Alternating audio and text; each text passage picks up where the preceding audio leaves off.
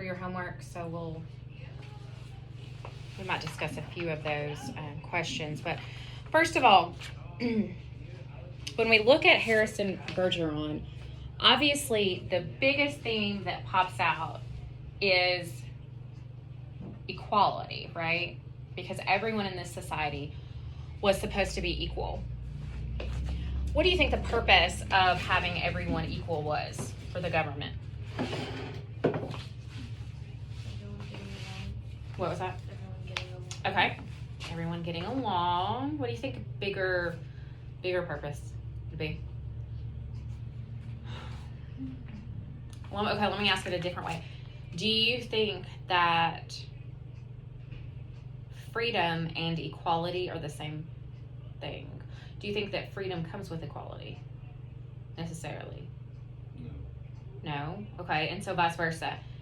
If everyone is free to do what they want to, does that mean that everyone is equal? No, because they all do different things. No. Okay, because they could choose what they want to do. They could choose the talents that they want to use and things like that. So let's go back to why the government would make everyone equal. And I think the answer to that is to control, to deny their freedoms. So let's start at the beginning of the story. I'm just going to highlight a few things. So we see here that everyone's equal. It's the year 2081. Nobody was smarter. Nobody was better looking. Nobody was stronger, quicker, etc. And there was a handicapper general and agents of the handicapper general. And we're going to come back to her in a few minutes to discuss her power. But there's this little statement in the second paragraph that I find very interesting, because while it talks about how everyone was equal before God and the law, there's something that they cannot control and make equal. And that one little example is April. April, the month April, for instance, still drove people crazy by not being springtime. So it's saying that April was let's think of April the month. Okay, it can be hot, it can be cold, it can be rainy, it can be dry. I remember when I was a senior in high school, it snowed one time in April. So April is not predictable, which goes against what they want here, right? They want to be able to predict everything. April cannot be controlled, which goes against what they want. So while they can control people, they cannot control nature. It's just that tiny little snippet in this that kind of gets you to think about how even though we as human beings can try to control everything, there are some things that are out of our control. Okay, so let's go to that second one. Third paragraph. We start seeing handicaps, right? So we learned that George has a transmitter that sends sharp noises to him, to his brain, so that he cannot think, because apparently he is smart. He's above average intelligence. We go down further, we see that ballerinas that they're watching on TV were burdened with sash weights and bags of birdshot, and their faces were masked because they were beautiful. So they were given, can you imagine watching people perform who cannot perform well? Have you ever seen the movie Saw?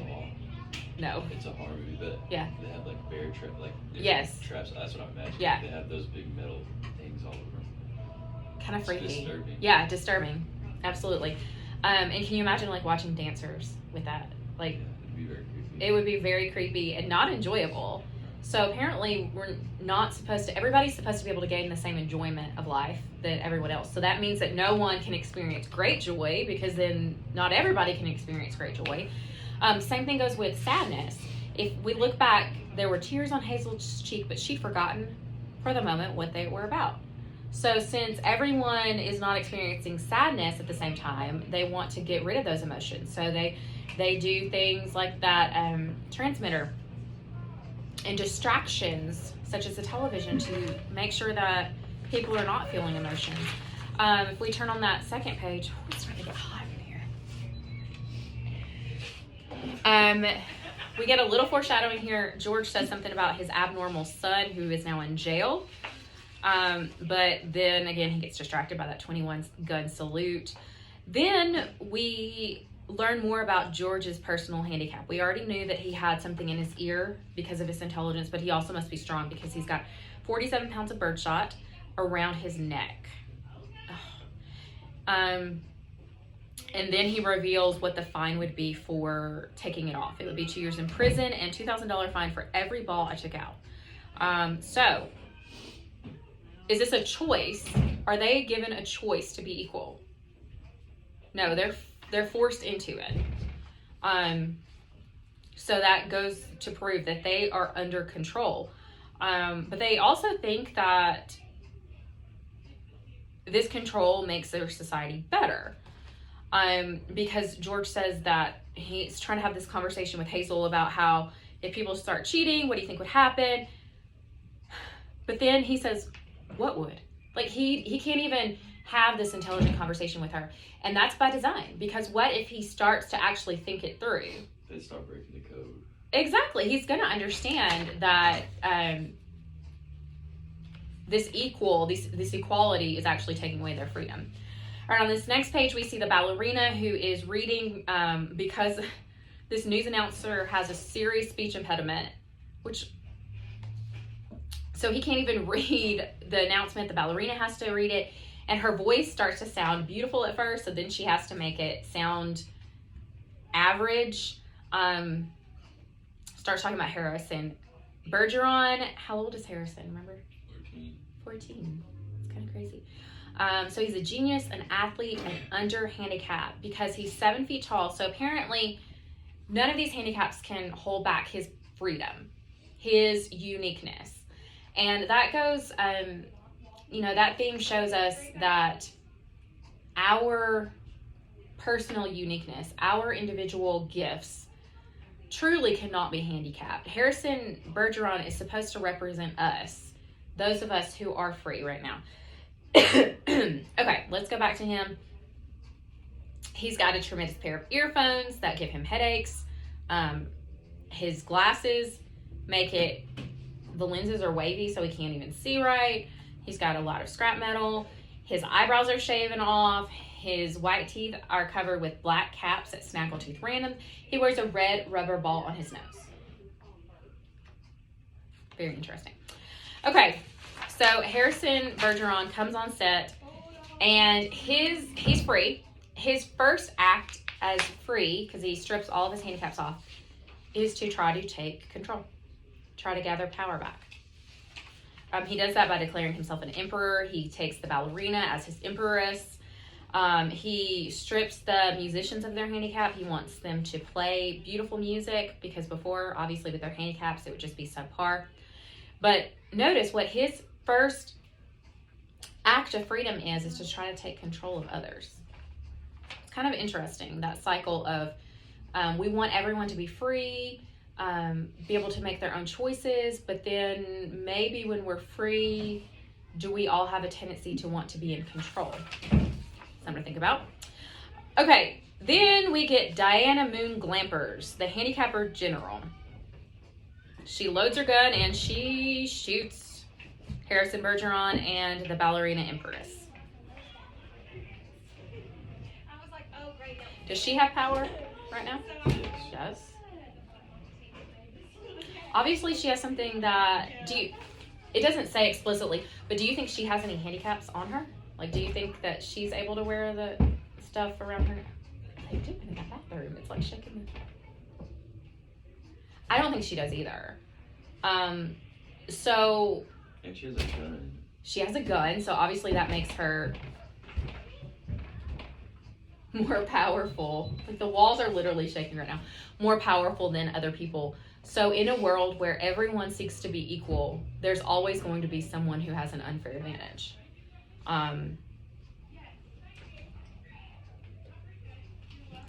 Then we get to the part where George notices that Hazel has been crying, and he asks, what about? And she says, I forgot something really sad on TV. What has she witnessed? She has witnessed her son being murdered, right? Mm-hmm. But she cannot remember that, and they go on with their lives. So that's the overview of the story again. Let's hone in on this theme of forgetting. By forgetting what she saw, she was able to go on and live her life under control without causing any sort of uproar. So let's think about that in context of, let's go back to the Holocaust. When, before the United States entered in the war, were there thousands, if not millions, of Jews in concentration camps? Yes. It took the United States quite a while to enter into the war, but one of the things that Americans, and we do this today in other contexts, but one of the things that Americans did was they would turn their head, basically, and try not to pay attention to what was going on. Because if they did, then who could have denied the desire to want to get involved and help, right? And once Pearl Harbor was attacked and Americans saw their own men die, then they couldn't turn their head anymore. Then they had to stand up and act. So this atrocity that George and his wife saw could have caused them to act, but because the government was able to control them and distract them and take away that memory, they didn't act. So let's draw the parallels again.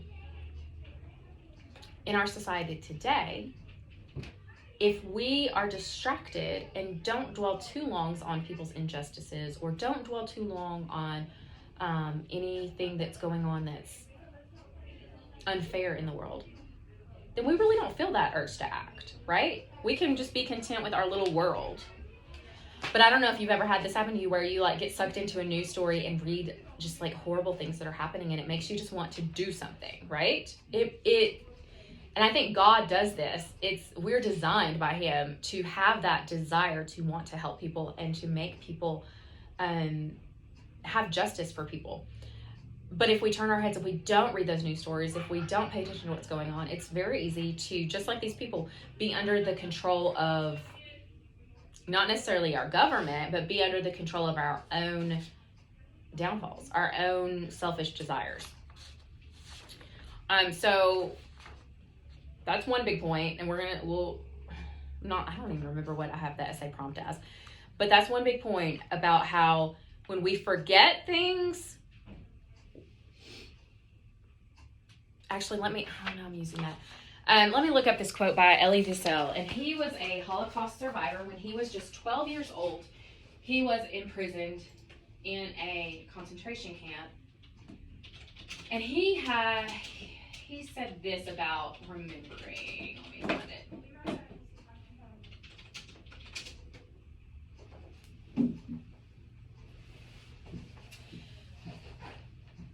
Okay, so speaking about Jews who died in the Holocaust, to forget the dead would be akin to killing them a second time. To forget the dead would be akin to killing them a second time. So what he's saying there is that the only way that we, especially people who are removed from situations like that, the only way that we can make people's deaths or injustices not for nothing. So to make those things count is to remember them. Because through remembering, then we become better people. Through remembering, we don't let history repeat itself. Have you heard the old quote, those who do not learn from history are destined to repeat it? So again, if we don't remember the bad things that happen in history, then we're going to let those things happen. Okay, so that's one big theme in Harris and Bergeron. Another one, obviously, is equality. That there is no such thing, because we are all created by God to be different. And what a horrible world it would be if we were all the same, like Harris and Bergeron. Can you imagine, first of all, watching those ballerinas with those masks and weights around them, so they're moving around like, hippos, masked hippos, or having to listen to the newscaster who could not speak, like who could technically really have that speech impediment. I mean, there's a reason why people with speech impediments are not newscasters, right? Is it because they're not productive members of society? No, they have other talents. I'm never going to be a ballerina, but I have other talents. So we all have this place in the world. We read about that. I think that's what we're actually going to discuss for our essay topic, is about how God has given us gifts. We read about that in 1 Corinthians, we read about that in Romans, but about how we're all members of one body. And, you know, your body needs a thumb to be able to write with a pencil, right? But that doesn't make your thumb more important than your eyeball. It doesn't make it more important than your liver. So we all have different functions. And so we're not technically equal in our abilities, but we should be equal in our rights. So rights and abilities are a different topic. Let me quickly look over this. I think you should be able to figure this out for yourself. Sorry, I'm typo. That should say Hazel, not Haxel. So fill in 2 other characters here, their traits, evidence, etc. I do want you to write this down, but I want us to discuss for a split second. How do you think Harrison's parents feel about him? I think they love him, but they're fearful of him because of like the potential he has and the strength he possesses. Okay. Do you think it seems like they have bought into the lie of equality being good, right? So do you think that they're probably ashamed that their son is able to break through these inequalities? They may think of him in that negative light. I think that's possible. Obviously, they still have some sort of affection because George starts to think about him, and his mom sheds that tear. Remember that she doesn't remember why.